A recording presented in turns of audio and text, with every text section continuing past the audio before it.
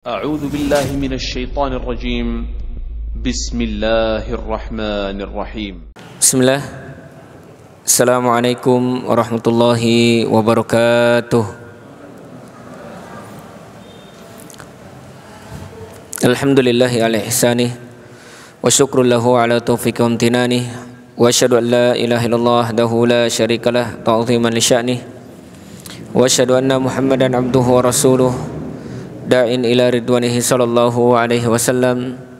قال الله تعالى في كتابه الكريم يا أيها الذين آمنوا اتقوا الله حق تقاته ولا تموتن إلا وأنتم مسلمون. وقال تعالى والذين يؤمنون بما أنزل إليك وما أنزل من قبلك وبالآخرة هم يوقنون. أما بعد. Ma'asyiral muslimin dan muslimah yang semoga dimuliakan oleh Allah Subhanahu wa taala. Tak henti-hentinya kita memuji dan bersyukur kepada Allah Subhanahu wa taala atas nikmat yang Allah berikan kepada kita. Kita masih diberikan oleh Allah Subhanahu wa taala kesempatan untuk duduk di majelis ilmu. Semoga diberkahi oleh Allah Subhanahu wa taala ilmu yang saat ini mungkin kita sedang cari. Kemudian kita juga berdoa kepada Allah Subhanahu wa taala, semoga ilmu yang saat ini kita cari juga bermanfaat untuk kita, baik dari sisi ucapan, perbuatan, dan keyakinan kita kepada Allah Subhanahu wa taala. Kemudian kita bersalawat kepada Nabi kita Nabi Muhammad sallallahu alaihi wasallam, bahwasanya Nabi kita telah mengajarkan kepada kita tentang Islam dan ajaran yang benar. Maka ajaran yang benar ini tidak boleh kita simpangkan, tidak boleh kita campur baurkan dengan kebatilan. Kita cukupkan bahwasanya ajaran Nabi adalah ajaran yang sempurna, dinul hanif, agama yang lurus. Bahwasanya ajaran dan keyakinan yang dibawa oleh Nabi kita Nabi Muhammad SAW adalah agama atau keyakinan yang diajarkan oleh Nabi kita Nabi Muhammad, Nabi Ibrahim alaihi salam. Sehingga Allah Subhanahu wa taala memerintahkan kepada kita untuk mengikuti agama Nabi Muhammad sallallahu alaihi wasallam. Dan insyaallah di antara dakwahnya Nabi sallallahu alaihi wasallam yaitu mengajarkan tentang akidah. Kemudian disampaikan dan diambil oleh para sahabat, kemudian para tabi'in dan tabi'ut tabi'in, dan diambil dan diwarisi oleh para ulama salafus saleh. Dan insyaallah kita akan membahas berkaitan tentang akidah Ahlus Sunnah wal Jamaah. Kemarin kita sudah membahas tentang akidah Ahlus Sunnah wal Jamaah, tentang keimanan kepada para nabi dan rasul. Kita sudah membahas tentang mukjizatnya, sudah membahas tentang kekhususan para nabi dan rasul. Kemarin kita tahu bahwasanya kekhususan para nabi dan rasul, salah satu diantaranya yaitu para nabi dan rasul matanya tidur tapi hatinya tidak tidur, ya. Itu diantara kekhususan para nabi dan rasul. Dan insyaallah pada kesempatan malam hari ini kita akan membahas tentang akidah Ahlus Sunnah berkaitan tentang al-imanu bil yaumil akhir.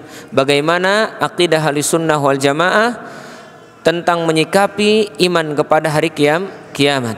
Tentunya kita tahu yang namanya iman kepada yaumul akhir adalah rukun di antara rukun iman, ya. Dan kalau kita tertibkan atau kita runtutkan rukun iman kepada hari kiamat itu, atau iman kepada hari kiamat itu, yaitu rukun iman yang kelima. Berarti nanti ada satu lagi kita iman kepada qada dan qadar.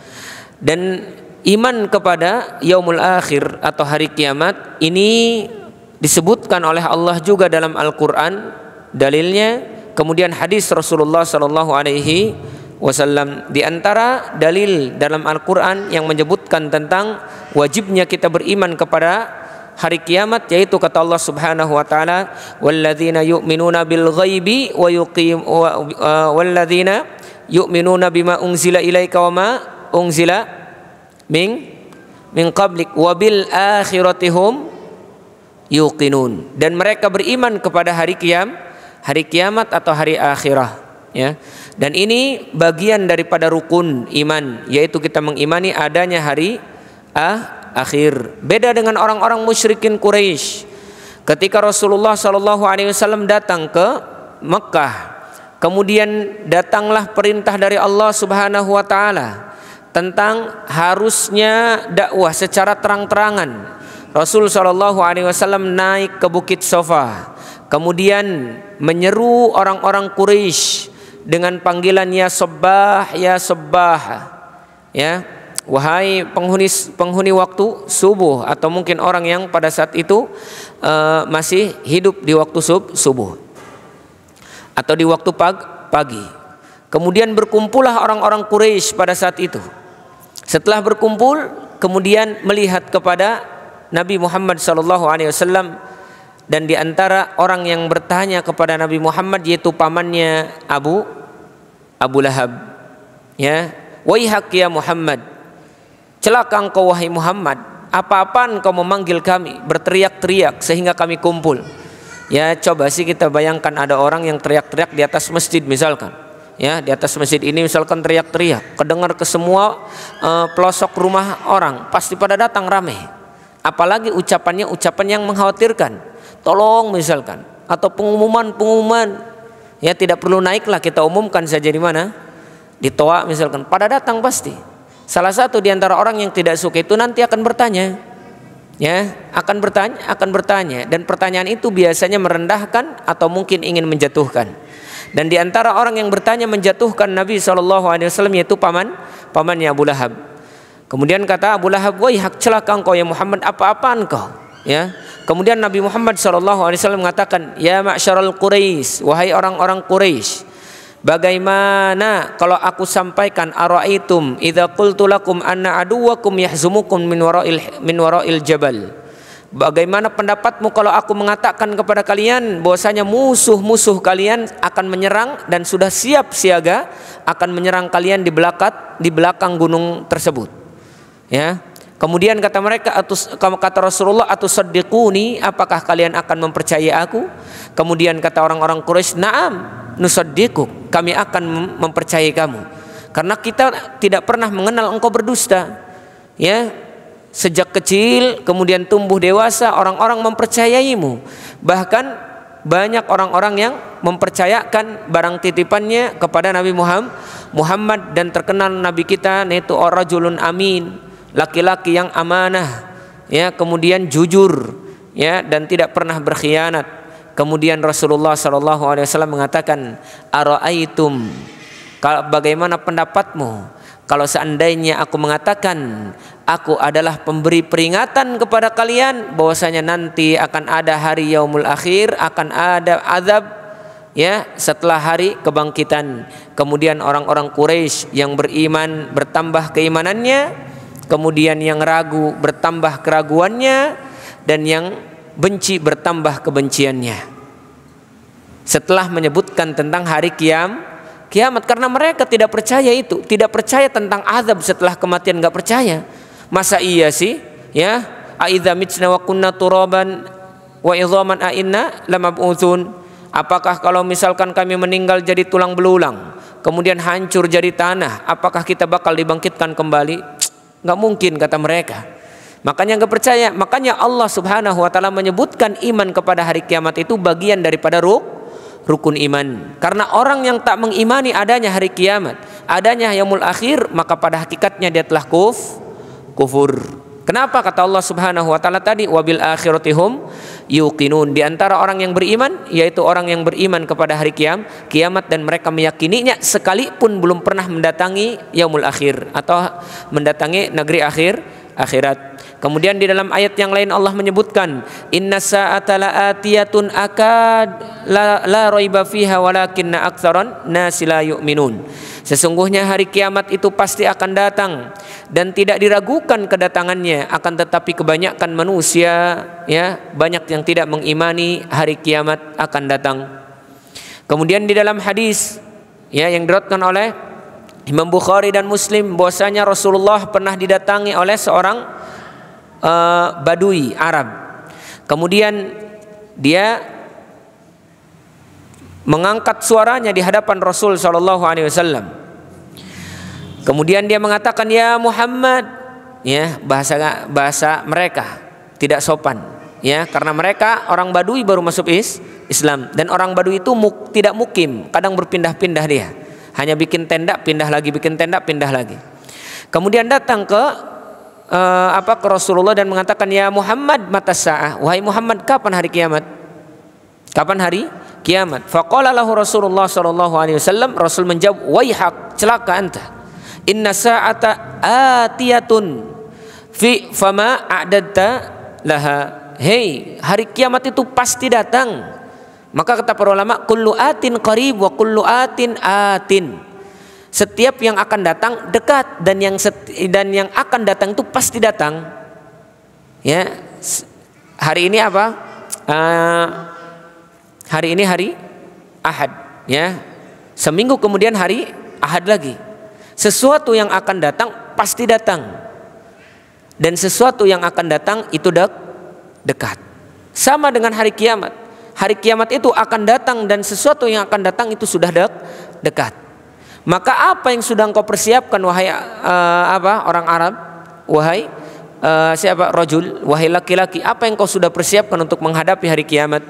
Kemudian ma'adadtu laha kabirun, tidak ada perkara yang aku siapkan yang lebih besar kecuali salat, atau tidak mengerjakan salat begitu besar, dan tidak banyak juga mengerjakan puasa, paling hanya yang wajib-wajibnya saja. Walakinni uhibbullaha wa rasulah, akan tetapi aku mencintai Allah dan Rasulnya. Kemudian kata Rasulullah sallallahu alaihi wasallam, al mar'u ma'a man ahab, sesungguhnya seseorang itu bersama orang yang dicintainya. Maka kata Rasulullah sallallahu alaihi wasallam mengambil wasiat dari Jibril alaihi salam. Ketika dinasihati oleh Jibril, Rasulullah dikatakan kepadanya, "Ya Muhammad, ahbib ma syi'ta fa innaka mufarikuh." Wahai Muhammad, cintai sesukamu, tapi ingat kamu akan berpisah dengannya. Ya, maka di sini juga dalil bahwasanya silahkan cintai sesukamu, cintai apa saja yang ingin kita cintai, tapi ingat, sesungguhnya apa yang akan kita cintai, jika memang itu baik, akan kita lihat nanti di akhirat dan kita akan bersamanya. Kalau misalkan yang kita cintai adalah keburukan atau mungkin orang buruk, maka sesungguhnya nanti kita akan dikumpulkan oleh Allah bersama orang-orang yang buruk. Maka hati-hati dalam mencintai seseorang.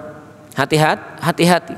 Bahkan kalau seandainya, ya, kita cinta kepada pasangan kita, cinta kepada keluarga kita, cinta kepada anak kita, maka cintailah karena Allah, bukan karena dia anak kita saja. Kenapa? Karena kalau kita mencintai dia anak kita, ketika dia melakukan maksiat, ketika dia melakukan kesalahan, kita akan mati-matian membela dirinya. Bahkan tidak mau tahu, yang penting anak saya bagaimana jauh dari kalimat hukum atau terhindar dari hukuman. Mau salah mau benar, yang penting anak saya jangan dihukum. Maka dia akan lebih mencintai anaknya dan akan menyampingkan cinta kepada Allah dan Rasulnya. Dan kalau orang sudah cinta kepada seseorang, ya, melebihi cintanya kepada Allah dan Rasulnya, maka hati-hati, ya, tunggulah azab Allah Subhanahu wa taala. Ma'asyiral muslimin dan muslimah yang semoga dimuliakan oleh Allah Subhanahu wa taala. Maka kita harus mengimani adanya yaumul akhir, adanya hari kiamat, baik secara global ataupun secara tafsil. Secara globalnya ya kita beriman bahwasanya nanti akan ada hari kiamat, kita akan dibangkitkan, kita akan melewati siratal mustaqim, kita akan masuk surga atau neraka secara umum. Dan sangat dianjurkan juga kita mengimani hari kiamat dengan fase-fase atau dengan tingkatan-tingkatan nanti ketika kita datang di akhirat. Jadi enggak langsung masuk surga dan neraka. Ada pos-pos yang harus kita lewati, ada terminal-terminal yang harus kita lalui. Jadi tidak langsung orang meninggal langsung masuk surga atau neraka. Akan tetapi ada Ada fase-fase, ada langkah-langkah yang harus kita lalui satu persatu. Di antara langkah yang harus kita lalui yang pertama itu Al-maut, kematian, ya. Jadi kematian adalah terminal pertama, atau mungkin langkah pertama untuk menuju apa? Untuk menuju negeri akhirat. Maka harus kita apa? Mengimani bahwasanya kematian itu pasti ada. Bahkan orang kafir pun mengimani kematian itu ada. Bahkan mereka yakin dan mempersiapkan, ya, ketika sudah masa tua bahwasanya dia akan meninggal, dia persiapkan segala sesuatunya. Ini buat saya, kalau saya meninggal saya akan meninggalkan anak saya. Semuanya yakin akan meninggal. Bedanya, yang membedakan antara kita dengan orang kafir, ya, orang-orang musyrik terutama ketika zaman Rasul SAW, mereka tidak meyakini adanya pembangkitan, tapi orang mukmin meyakini bahwasanya hari kebangkitan itu ada. Bahwasanya kita nanti akan dibangkitkan oleh Allah setelah kematian. Wal mautu huwa manazilul akhirah. Ingat, kematian itu adalah tempat pertama kali untuk menuju akhirat. Tempat pertama, terminal pertama untuk menuju akhirat. Wa in kana binisbatil ilaina musyahidan ila anna kaifiyatuhu khurujur ruh. Akan tetapi kita tidak mengetahui bagaimana kematian itu terjadi. Hanya saja diberitahukan oleh Allah dan Rasulnya, orang yang meninggal itu ruhnya keluar dari jasad. Dan kita tidak tahu bagaimana ruh keluar dari jasad kecuali yang diberitahukan oleh Allah dan Rasulnya, ya. Dan Rasul menyebutkan bahwasanya kalau orang mukmin maka keluarnya enak, ditariknya oleh malaikat. Dan kalau orang kafir maka keluarnya pun dipersulit oleh Allah, ya, disebabkan atau sebagai bentuk azab dan kebencian Allah kepadanya, karena dia dahulu, ya, tidak mau mendengarkan syariat Allah Subhanahu wa taala. Kemudian apa sih yang bisa kita ambil faidah daripada kita mengimani kematian atau mungkin merenungi kematian? Yang pertama, kata para ulama, ternyata ketika Allah ciptakan kematian untuk manusia yang memiliki ruh, bahwasanya itu sebagai bentuk perhatian Allah kepada kita makhluknya. Dan yang namanya makhluk pasti meninggal, bukan hanya manusia, bukan hanya hewan. Ternyata para jin, para malaikat pun dia akan meninggal. Tidak ada yang kekal abadi. Sebagaimana kata Allah Subhanahu wa taala, kullu man 'alaiha fan. Segala sesuatu yang ada di muka bumi hancur. Baik manusia dan seisinya yang ada di bumi ataupun yang lainnya. Kemudian di dalam ayat yang lain Allah menyebutkan, kullu syai'in halikun illa wajhah. Segala sesuatu itu nanti akan hancur, akan lenyap, kecuali Allah Subhanahu wa taala, lahul hukmu wa ilaihi turja'un. Allah itu punya penghakiman, dan Allahul Hakim, dan Allah itu adalah hakim, dan kepadanya lah kita akan dikembalikan oleh Allah Subhanahu wa taala. Kemudian Allah juga menyebutkan kullu nafsin dha'iqatul maut. Dan Rasulullah SAW menyebutkan dalam doanya, a'udzu bi'izzatik, aku berlindung, ya, dengan kekuatan atau dengan apa? Keperkasaan Allah Subhanahu wa taala, alladzi la ilaha illa ant, yang tidak ada ilah, yang tidak ada sesembahan, tidak ada ma'bud bihaqqin kecuali Engkau, ya Allah. Alladzi la yamut, yang tidak mati, wal jin wal insu yamutun, jin dan manusia semuanya mati. Jadi inilah kematian yang pertama, bahwasanya bentuk perhatian Allah kepada kita. Kemudian, ya, kata para ulama, anna kullan lahu ajalu amadu mahdud. Segala sesuatu itu punya masanya, punya expirednya, punya waktu yang sudah ditetapkan. Enggak ada yang namanya manusia kekal abadi. Selama-lamanya hidup manusia sudah ditetapkan umurnya tidak akan sampai abadi, enggak. Ya. Nabi Adam berapa umurnya? Nabi Nuh berapa umurnya? Hanya hitungan saja. 1000 tahun banyak apa sedikit? Banyak kalau hitungan kita. Tapi ternyata kalau hitungan Allah Subhanahu wa taala itu bagaikan apa? Ya bagaikan hanya satu hari. Tidak ada apa-apanya. Tidak ada apa-apanya. Makanya semua manusia yang hidup di muka bumi, baik makhluk yang lainnya, itu memiliki waktu yang sudah ditetapkan. Tidak ada yang bisa mengurangi dan tidak ada yang bisa menambahkan. Dan Allah tahu dengan ilmunya, baik yang akan hidup dan yang sudah meninggal, Allah sudah tahu, karena Allah Subhanahu wa taala mengetahui sesuatu yang sudah terjadi, sesuatu yang akan terjadi, dan sesuatu yang sedang terjadi. Allah Subhanahu wa taala mengetahuinya, dan tidak ada sesuatu yang meninggal pun kecuali semua itu atas izin Allah Subhanahu wa taala. Sekalipun mungkin terkena penyakit meninggalnya, sekalipun mungkin tertabrak kendaraan, baik mungkin jatuh dari pohon atau mungkin tersambar, itu semuanya atas izin Allah Subhanahu wa taala, sebagaimana kata Allah, "Wa ma kana linafsin an tamuta illa biidznillah." Sesungguhnya tidak ada jiwa yang akan meninggal kecuali semuanya atas izin Allah. Yang bunuh diri itu pun sama atas izin Allah Subhanahu wa taala. Yang meloncat dari gedung itu juga sama atas izin Allah Subhanahu wa taala. Jadi tidak ada sesuatu yang meninggal kecuali semuanya sudah atas izin Allah. Kitabam muajjala, sudah dicatat oleh Allah Subhanahu wa taala sebagai takdirnya. Kapan kita mati, kapan kita hidup, berapa tahun kita di dunia, itu semua sudah ditetapkan oleh Allah Subhanahu wa taala. Ma'asyiral muslimin yang semoga dimuliakan oleh Allah Subhanahu wa taala. Kemudian di antara kita mengetahui dan beriman kepada perkara gaib tentang kematian juga, yaitu al-imanu bi anna dzalika ajalul mahtum. Bahwasanya kematian adalah sesuatu yang sudah tercatat rapi oleh Allah Subhanahu wa taala, sebagaimana kata Allah Subhanahu wa taala, wa ma tadri nafsum madza taksibu ghadan wa ma tadri nafsun bi ayyi ardin tamut. Sesungguhnya kita tidak tahu apa yang akan kita lakukan besok. Kita tidak tahu. Sekalipun mungkin kita rencana besok akan melakukan ini dan itu, tapi kita tidak tahu apa yang akan terjadi dan apa yang akan kita kerjakan besok.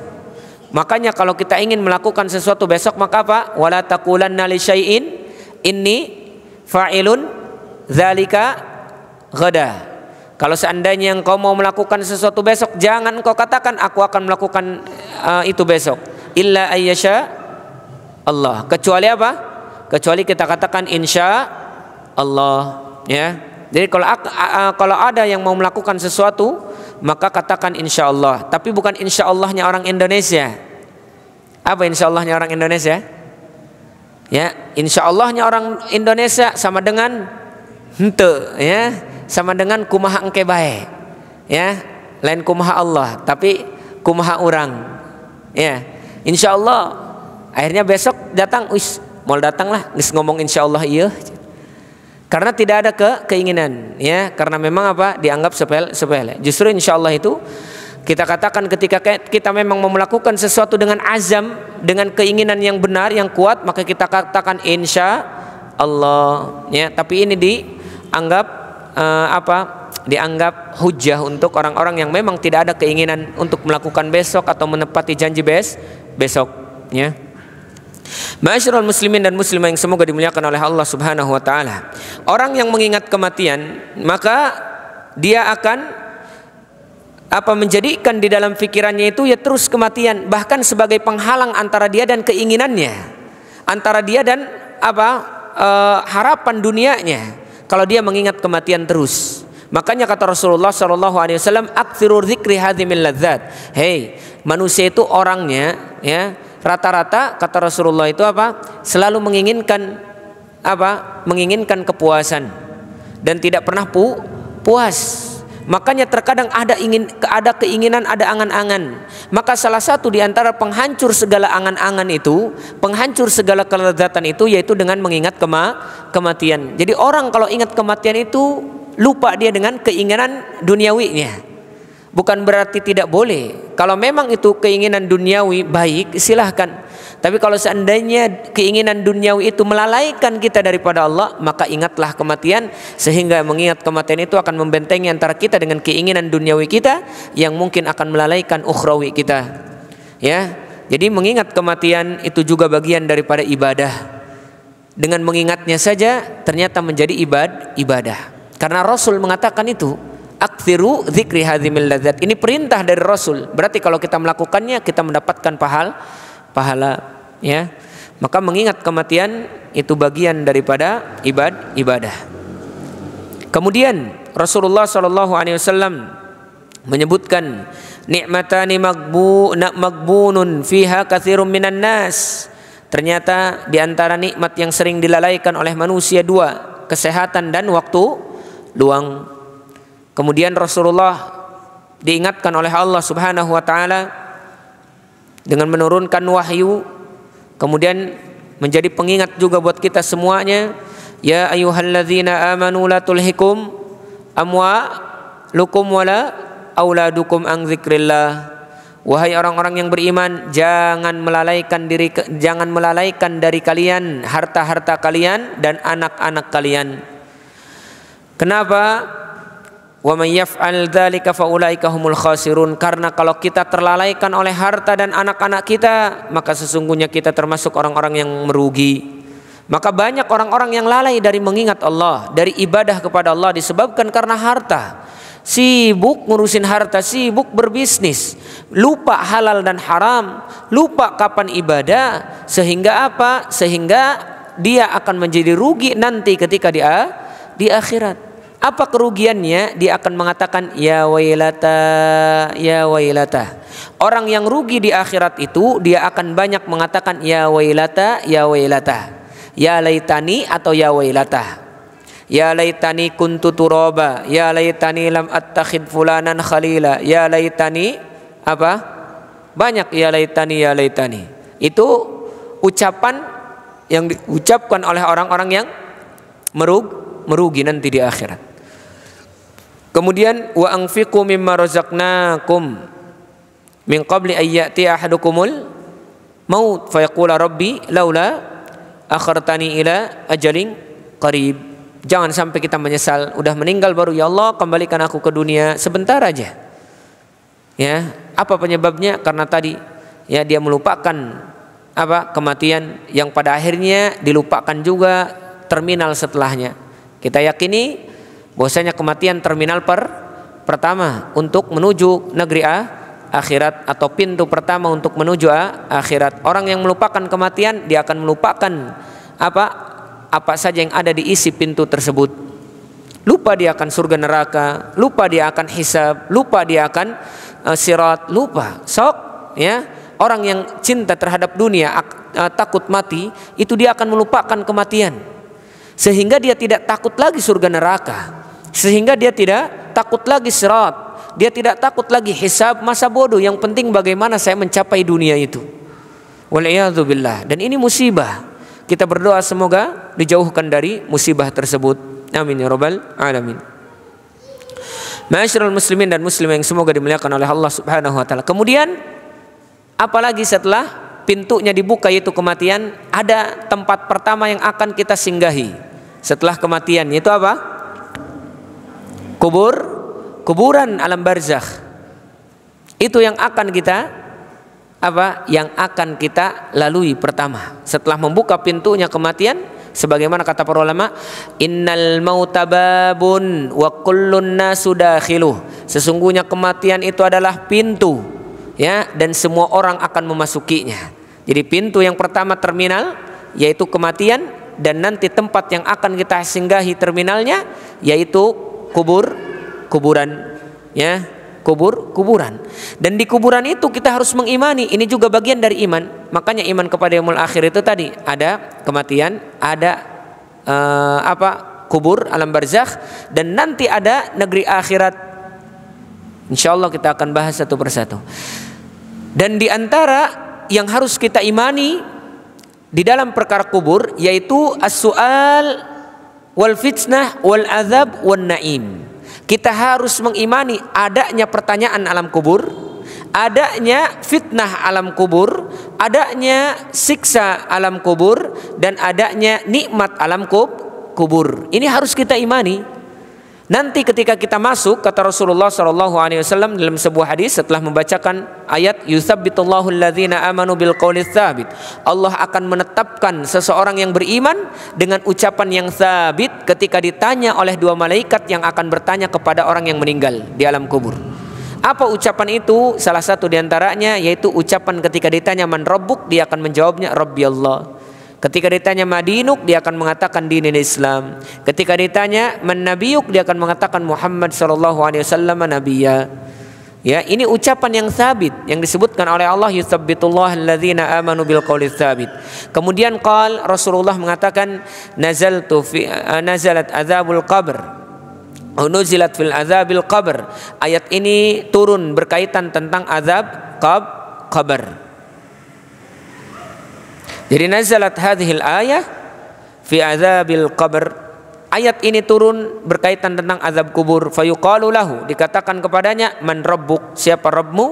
Maka dia akan mengatakan Rabbi Allah wa Nabi Muhammad. Fadzalika qaulus tsabit, kata Rasulullah sallallahu alaihi wasallam.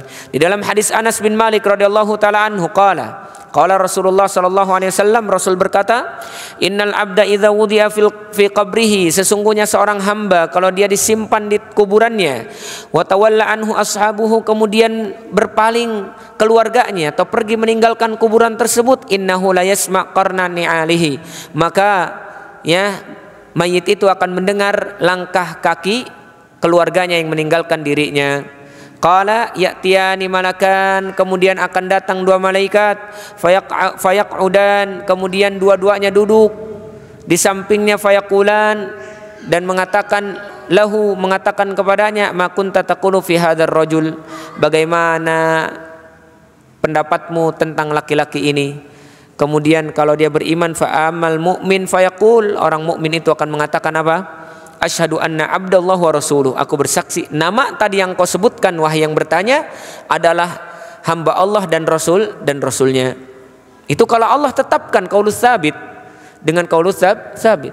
Tapi kalau orang kafir, ya, kalau orang kafir dia akan mengatakan apa? Ma kunta taqulu fi hadzal rajul, bagaimana pendapatmu tentang seorang laki-laki ini? Kemudian dia mengatakan la adri. Saya tidak tahu. Kuntu aqulu ma yaqulun nas. Aku pernah ikut-ikutan manusia ngomong ada namanya fulan. Fulan bin fulan. Muhammad bin Abdullah bin Abdul Muttalib.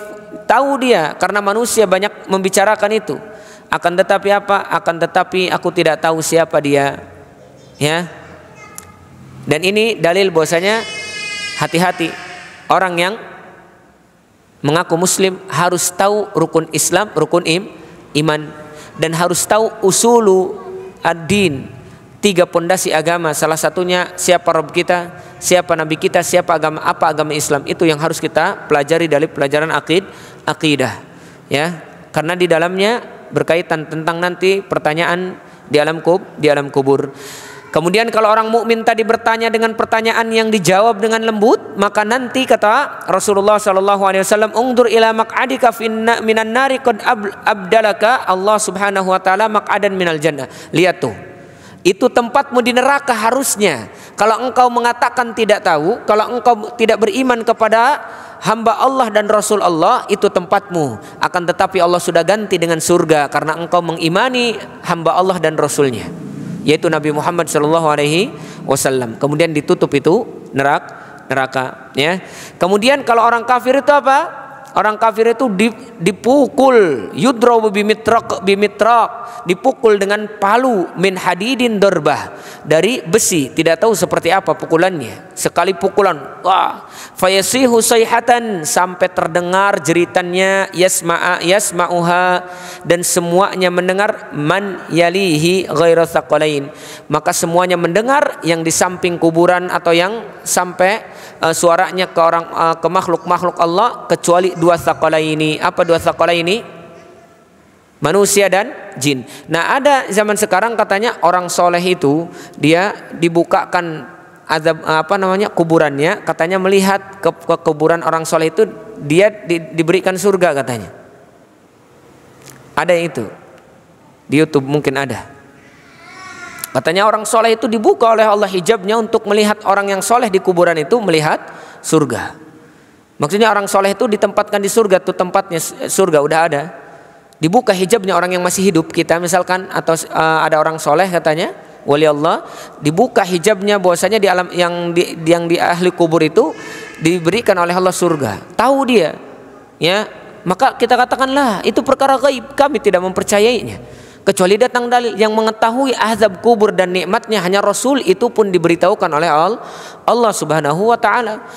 Hukum asal perkara gaib tidak ada yang tahu kecuali Allah. Dan sudah jelas hadis Rasul bahwasanya tidak ada yang mengetahui azab kubur, bahkan suaranya saja tidak ada yang mengetahui, ya, manusia dan jin, kecuali makhluk yang lain. Makhluk yang lain itu hanya mendengar suara saja, jeritan. Makanya benar zaman dulu orang tua mengatakan apa? Tu aya kotok keur ngalamun di kuburan. Keur ngadenge apa? Keur ngadenge orang disiksa eta. Ya. Wallahu alam, kita katakan boleh jadi iya, boleh jadi tidak, karena memang makhluk Allah selain dua ini, jin dan manusia, itu mendengar jeritan kesakitan orang yang disiksa oleh Allah Subhanahu wa taala. Ma'asyiral muslimin dan muslimah yang semoga dimuliakan oleh Allah Subhanahu wa taala. Jadi itu kematian, ya, dan kematian itu Masya Allah, ya, Allah berikan di dalamnya nikmat, ya. Ada azab, ada soal, pertanyaan, ada fitnah, ada azab, ada naim. Dan di antara dalil bahwasanya Allah Subhanahu wa taala berikan azab di kuburan sebagaimana kata Allah dalam Al-Qur'an, wala nudziqannahum minal azabi adna dunal azabil akbar. Surat apa itu? Surat As-Sajdah, ya. Wala nudziqannahum minal azabil adna dunal azabil akbar. Pasti kamu, kata Allah, pasti kalian akan diberikan siksaan Allah sebelum yang besar, yang kecil dulu. Kata para ulama, di antara azab yang kecil sebelum yang besar itu yaitu di kuburan. Jadi pasti kalian akan diberikan azab kalau seandainya melakukan maksiat kepada Allah. Di dunia akan diberikan azab dulu yang kecil sebelum yang besar. Kata para ulama, di antara azab yang kecil yaitu azab di kuburan. Belum ada apa-apanya. Azab di kuburan itu belum ada apa-apanya. Kemudian di dalam ayat yang lain menyebutkan tentang adanya azab kubur. Ini juga bantahan bagi orang-orang yang mengatakan tidak ada azab kubur. Karena memang ada sebagian akidah dan pemahaman tidak ada azab kubur. Maka kita katakan akidah ahlu sunnah wal jamaah meyakini bahwasanya ada azab kubur dan ada nikmat kubur. Dan diantara dalil adanya azab kubur yaitu kata Allah dalam Al-Quran, an-naru yu'raduna 'alaiha ghuduwwan wa 'ashiyya. Sesungguhnya neraka ditampakkan oleh Allah kepada keluarga atau kepada siapa? Fir'aun di siang dan petang, atau pagi dan petang. Dinampakkan kepada Fir'aun untuk menunjukkan bahwasanya azab Allah itu sebelum di akhirat, nih di kuburan dulu kamu disiksa. Wa yauma taqumus sa'atu adkhilu ala fir'auna asyaddal azab. Dan pada hari apa? Dan pada hari kiamat maka masukkanlah pengikut-pengikut Fir'aun, ya, kepada azab yang pedih. Maka akhirat itu adalah adabnya pedih, kuburan itu ada azabnya masih ringan, sekalipun seringan-ringan azab kuburan maka, ya, masih ringan azab di dunia, ya. Semoga kita terhindar dari azab kubur. Makanya diajarkan doanya, Allahumma inni a'udzubika min azabi jahannam wa min azabil qabri, ya. Kita minta itu. Makanya Rasulullah mengatakan ista'idzu minal arba', berlindunglah kalian dari 4 perkara. Salah satu diantaranya min azabi jahannam wa min azabil qabri wa min fitnatil mahya wal mamat wa min syarri fitnatil masihid dajjal. 4 perkara setiap akhir salat di tahiyatul akhir kita dianjurkan untuk berdoa meminta perlindungan dari 4 perkara, ya. Ma'asyiral muslimin dan muslimah yang semoga dimuliakan oleh Allah Subhanahu wa taala. Di dalam riwayat yang lain, di dalam riwayat Imam Bukhari dan Muslim menyebutkan tentang azab kubur, Rasulullah SAW mengatakan, innahum, ketika melewati 2 kuburan, Rasulullah SAW mengatakan, innahuma la yu'adzaban, sesungguhnya 2 orang ini diazab oleh Allah, wa ma yu'adzabani fi kabirin, dan tidak ada azab yang besar kecuali disebabkan karena amma ahaduma fakana la yastabra'u minal baul, dia tidak pernah bersuci dari baul, ya, setelah buang hajat, baik kecil ataupun besar, masa bodoh misalkan, tidak mau bebersih. Wa amal akhar, dan yang keduanya karena disebabkan namimah, mengadu domba. Maka kata para ulama, di antara sebab diberikannya azab kubur kepada seorang hamba yaitu tidak bersuci dari hajat kecil ataupun besar dan selalu mengadu domba manusia, supaya bermusuhan dan supaya saling membenci, ya. Masyaallah muslimin dan muslimah yang semoga dimuliakan oleh Allah Subhanahu wa taala. Kemudian di dalam hari kiamat atau setelah kematian, kemudian alam kubur, ada lagi nanti yang disebutkan kehancuran seluruh dunia ini. Maka disebut dengan apa? Kiamat, ya. Yaumul qiyamah. Kenapa dikatakan yaumul qiyamah? Banyak sebenarnya hari kiamat itu artinya banyak atau maknanya banyak. Di dalam Al-Qur'an tuh Allah juga menyebutkan hari kiamat itu artinya apa? Al-Qari'ah. Al-Qari'ah, hari kiamat. Ada lagi, nggak tahu siapa kali itu yang ngomong Al-Qari'ah itu artinya bukan hari kiamat. Ya, qari itu kan pembaca laki-laki. Kalau qari'ah pembaca perempuan. Jadi Al-Qari'ah itu bukan pembaca, bukan apa? Bukan hari kiamat, tapi pembaca perempuan. Jahil. Waliyadzubillah. Qari'ah bi hamzah. Kalau ini Al-Qari'ah bi ain, sudah jelas kejahilannya dan orang itu dipercaya. Tuh banyak di video lagi viral itu. Nggak tahu orangnya mah kelihatannya suaranya mah dari Bandung atau Garut itu. Ya Allah, itu ada yang seperti itu. Al-Qari'ah nama lain daripada hari kiamat karena hari yang mencekik, yang mencekam. Hari di mana? Kenapa disebut yaumul qiyamah? Karena pada hari itu semua manusia berdiri menunggu penghisaban. Nggak ada yang nongkrong dulu. Kalau kita kan nunggu antrian, kalau nunggu sembako duduk bisa. Pegel amat berdiri, duduk dulu ada yang tiduran, ya. Ada yang bahkan tidur, ada yang nyantai-nyantai, ada yang ngopi, ya. Kalau lagi nunggu. Tapi yaumul qiyamah itu semuanya berdiri menunggu penghisaban. Nggak ada yang duduk. Gak ada yang duduk, makanya disebutnya al-qiyam. Qiyam itu ya berdiri. Ya, maka ini yang disebut dengan apa? Hari kiamat. Ada juga as-sakhah, at-tammah, apalagi al-qiyamah, al-waqi'ah. Ada lagi apa? Yaumul hasrah. Yaumul hasrah karena banyak orang yang nanti akan merasa rugi dan merasa menyesal. Banyak arti daripada kalimat atau hari kiamat banyak di dalam Al-Qur'an, ya. Makanya nanti hari kiamat itu ada pembahasan yang harus kita bahas. Salah satu diantaranya tanda-tanda hari kiamat, ya. Karena waktunya sudah habis ini. Jam berapa ini? Jam 9. Mulai jam berapa tadi kita? Jam Jam setengah 9 ya. Kalau lewat jam 9 biasanya sudah mulai ngantuk ini. Ya. Makanya istiqamah. Udah berapa menit ini? Udah berapa menit di situ? 40. Ada 20 menit lagi 1 jam ya. Taib, asyratus sa'ah as-sughra. Jadi di antara kehancuran dunia ini nanti akan ditandai dengan adanya tanda-tanda hari kiamat. Tanda-tanda hari kiamat ada yang kecil, ada yang besar. Dan di antara tanda kiamat kecil yang disebutkan oleh Rasul sallallahu alaihi wasallam yaitu apa? La taqumus sa'ata hatta taqtatilat fi'atani azimatan. Tidak akan terjadi hari kiamat kecuali akan berperang, ya, 2 kelompok besar. Wa takunu bainahuma maqtalah azima. Dan di antara keduanya ini akan ada apa? Akan ada tempat, ya, yang besar, ya. Kemudian mereka mengaku semuanya ini punya saya, ini punya saya. Jadi diakui oleh mereka. Jadi ada satu tempat wilayah ini punya saya, ini punya saya, direbutkan oleh 2 kelompok yang besar ini. Ustadz, bagaimana kalau yang kita bayangkan Yahudi dengan Palestina? Wallahu a'lam.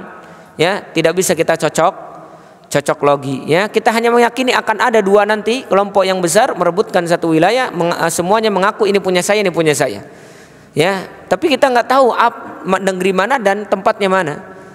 Kita tidak bisa samakan atau kita tidak bisa tidak bisa kita cocokkan dengan kejadian saat ini.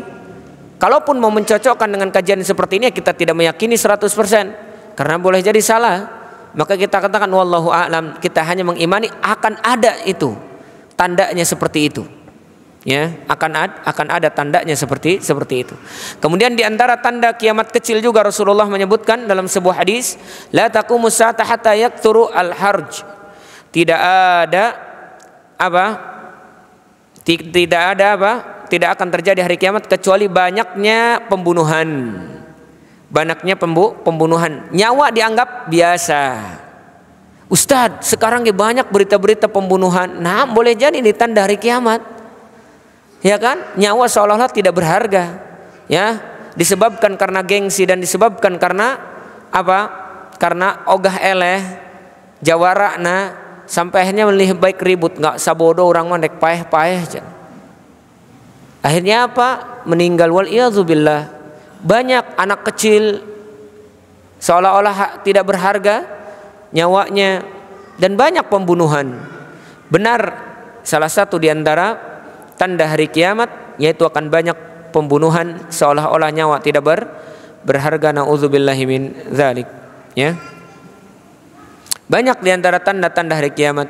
Yang ketiga, la taqumus sa'ata hatta yahsurul firat an jabal min dhahab.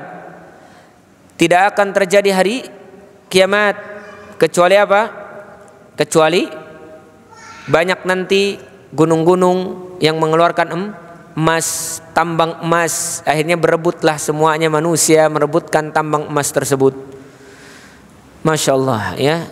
Banyak sekali sekarang itu kejadian yang sudah disebutkan oleh Rasul sallallahu alaihi wasallam, ya. Insyaallah nanti kita lanjutkan pembahasan tanda-tanda hari kiamat kecil dan besar, kemudian Al-Mahdi, kemudian apalagi khuruj Dajjal, keluarnya Dajjal, dan yang lainnya sampai akhir. Insyaallah qada dan qadar kita akan bahas. Itu saja mungkin pembahasan kita pada malam hari ini. Aqulu qouli hadza fastaghfirullah li wa lakum wa li sairil muslimin wal muslimat min kulli dhanbin wal khati'ah fastaghfiruhu innahu ghafurur rahim.